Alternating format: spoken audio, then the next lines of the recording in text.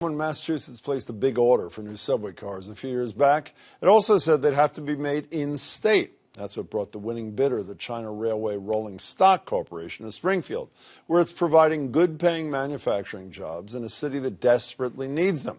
But as Adam Reilly tells us, the future is a lot more murky these days, thanks to that escalating trade war with China. These workers at CRRC's Springfield plant are building new Orange Line cars for the MBTA, fitting the interiors and underbellies with parts most riders never see. By 2020, they'll be sending the T 8 new cars per month, eventually delivering more than 400. That's good news for T riders, and even better news for workers like Eric Anderson. I was a cook.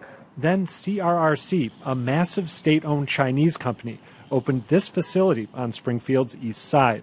Anderson got an assembly job and a significant pay hike. It probably doubled with the benefits from what I was making. Also reaping the benefits, Ian Bissett, who moved from Vermont for his job as a lead mechanical assembler. If I'm perfectly honest, it blows anything out of the water that's up there currently that I'm aware of. And as you can see from CRRC's sprawling facility, the company is planning on some serious growth. In the next few years, it'll build subway cars not just for the T, but also for Philadelphia and L.A. But now there's a hitch, significant uncertainty linked to President Trump's escalating trade war with China. Jia Bo, who spoke to us through an interpreter, is the vice president of CRRC Massachusetts. Yeah, so far the new tariffs and the new policies have left impact on our manufacturing. He says since many of the parts used here are imported from China, the Trump administration's tariffs have added millions in new costs, which could be passed on to the T. There's also bipartisan interest in banning CRRC from bidding on federal projects, and even talk of labeling the company a national security threat. Critics say CRRC underbids to gain market dominance, and that technology on its vehicles could be used for surveillance. But Jia insists that the company is a force for good. We're definitely bringing benefits for the taxpayers here.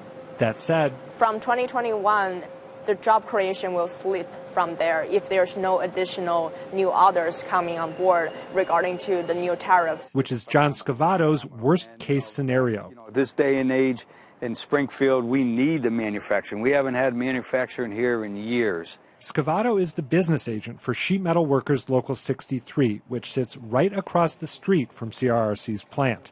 He's thrilled by the company's embrace of union labor and worries that Trump's policies will backfire. There's over 120 union workers from Springfield, Americans.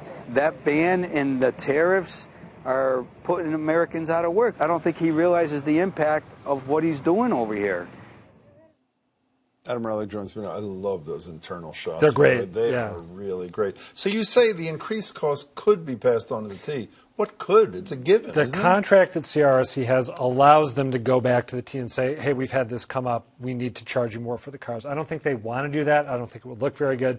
Right now, they're focused on getting the T to help them argue for an exemption from these tariffs. So we're accentuating the negative, which is what I've elevated to an art form in my career, it's great, I should say. But are there any upsides to the Trump policy? There is. One of the things that Jabo told me is that to get around Trump's tariffs, they're already looking at shifting the manufacture of some parts from China to the United States, which could mean more manufacturing jobs, just not necessarily in Springfield. And there might not be a net gain. Am I right that Charlie Baker was out there for the ribbon cutting? Yes. So is he involved in any of this stuff? The company tells me that they see him as an ally, that he is helping them try to push back both against the tariffs and against this proposed one-year ban on federal. He's calling his friend Donald Trump to see if things can work out? Absolutely. I'm sure of it. Thanks, Jim. Adam Reilly, thanks. Appreciate it.